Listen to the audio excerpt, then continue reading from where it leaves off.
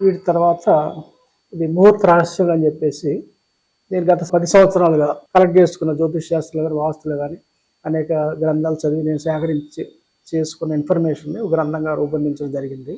ఇది కూడా పబ్లిష్ అయింది మొన్న లాస్ట్ ఇయర్ అక్టోబర్లో. దీని ఖరీదు రూ. 180. కావాల్సిన వాళ్ళు కింద నెంబర్ సంప్రదించవచ్చు. పోస్టులు పంపించగలుగుతాం.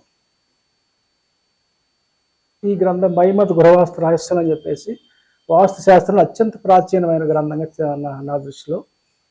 దీంట్లో గృహవాస్తు సంబంధించిన విషయాలన్నీ కూడా మనం ఒక గ్రంథంగా సేకరించి ఇలా పబ్లిష్ చేయడం జరిగింది. 120 పేజీల ఈ గ్రంథం.